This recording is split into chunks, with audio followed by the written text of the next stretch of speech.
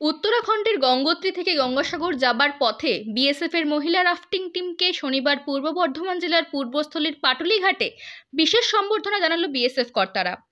উপস্থিত ছিলেন বিএসএফ এর কৃষ্ণনগর রেঞ্জের ডিআইজি সঞ্জয় कुमार सह अन्यान्य ऑफिसररा। ये कार्यक्रम हमारा जो है all women water rafting team है जो कि सीमा सुरक्षा बल से ताल्लुक रखती है।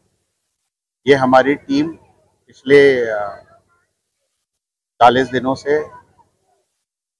अपने इस अभियान पे निकली है और महिला सशक्तिकरण एवं स्वच्छ गंगा मिशन के ऊपर पे आधारित थीम है इसकी।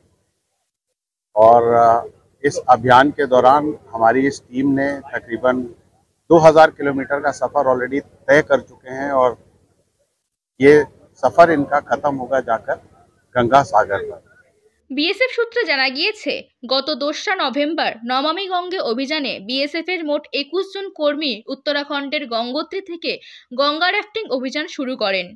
3টি বোটে ছিলেন একজন অফিসার, 2 জন সাব ইন্সপেক্টর সহ 18 জন মহিলা কর্মী। গন্তব্যস্থল 24শে ডিসেম্বর পশ্চিমবঙ্গের গঙ্গাসাগর। তারই মধ্যে এদিন বিকেল নাগাদ গঙ্গা দিয়ে আসার পথে পূর্বস্থলীর পাটুলি ঘাটে তাদের বিশেষ সম্বর্ধনা জানান বিএসএফ কর্তারা। এই বিশেষ অনুষ্ঠান দেখতে ভিড় জমে যায় পাটুলি ঘাট সংলগ্ন স্পোর্টিং ক্লাবের মাঠে। শুনে নিন রাফটিং টিমের এক মহিলা বিএসএফ কর্মী এই বিষয়ে কি জানালেন। আমরা 2 নভেম্বর দেবপ্রয়াগ থেকে শুরু করেছি আমাদের যাত্রা এবং আমরা 24 ডিসেম্বরে গঙ্গাসাগরে গিয়ে শেষ করব।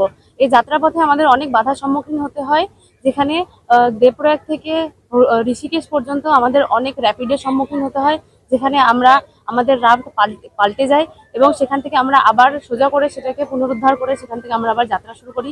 এমনকি যাত্রাপথে আমরা অনেক জলজ প্রাণী দেখি, যেখানে আমরা মেছো কুমির, ঘড়িয়াল যাকে বলি, মেছো কুমির থেকে শুরু করে আমরা ডলফিনস দেখেছি, অনেক ধরনের আমরা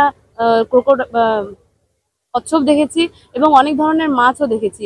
শুধুমাত্র এই নয়, আমরা যখন আসি তখন গঙ্গা অনেক চ্যানেলে বিভক্ত হয়ে যায়, অনেক দিকে অনেকভাবে চলে যায়। তো সেখানে আমরা বুঝতে পারি না যে কিভাবে কোন চ্যানেলে গেলে বেশি জল পাবো, কম জল পাবো। সেখানে অনেক হয়েছে যে আমরা রাত পর্যন্ত, রাত 8টা-9টা পর্যন্ত আমরা কোনো চরে আমরা আটকে থেকেছি এবং আমাদের যে সাপোর্টিং টিম যারা রাস্তায় চলে আমাদের সাপোর্ট করার জন্য, তারা এসে আমাদেরকে উদ্ধার করে নিয়ে গেছে। এবং যখন আমরা প্রয়াগরাজে ঢুকি, সেখানে কুম্ভের মেলার আয়োজনের জন্য অনেক ফ্লোটিং ব্রিজ তৈরি হয়। তো সেখানে আমাদের একটা রাফ সম্পূর্ণভাবে উল্টে যায় এবং আমাদের অনেক ক্ষতিও হয়, অনেক মেয়েদের অনেক আঘাতও লাগে, কিন্তু তবুও আমরা নিজেদের কোনো রকম ভাবে ডিমোটিভেট করিনি। সেখান থেকে আমরা সেখানে 20 জন মহিলা ছিলাম, তার মধ্যে 2 জন এসআই সাব ইন্সপেক্টর এবং বাকি 18 জন কনস্টেবল। একদম, এটা শুধু একদম সবার প্রথম অভিজ্ঞতা। আমরা এত দূরের যাত্রা, প্রায় 2525 কিলোমিটার যাত্রা, আমরা শুধুমাত্র ভারতের সর্বপ্রথম মহিলা রাফটিং টিম যারা গঙ্গোত্রী থেকে গঙ্গাসাগর পর্যন্ত এই যাত্রা করছি।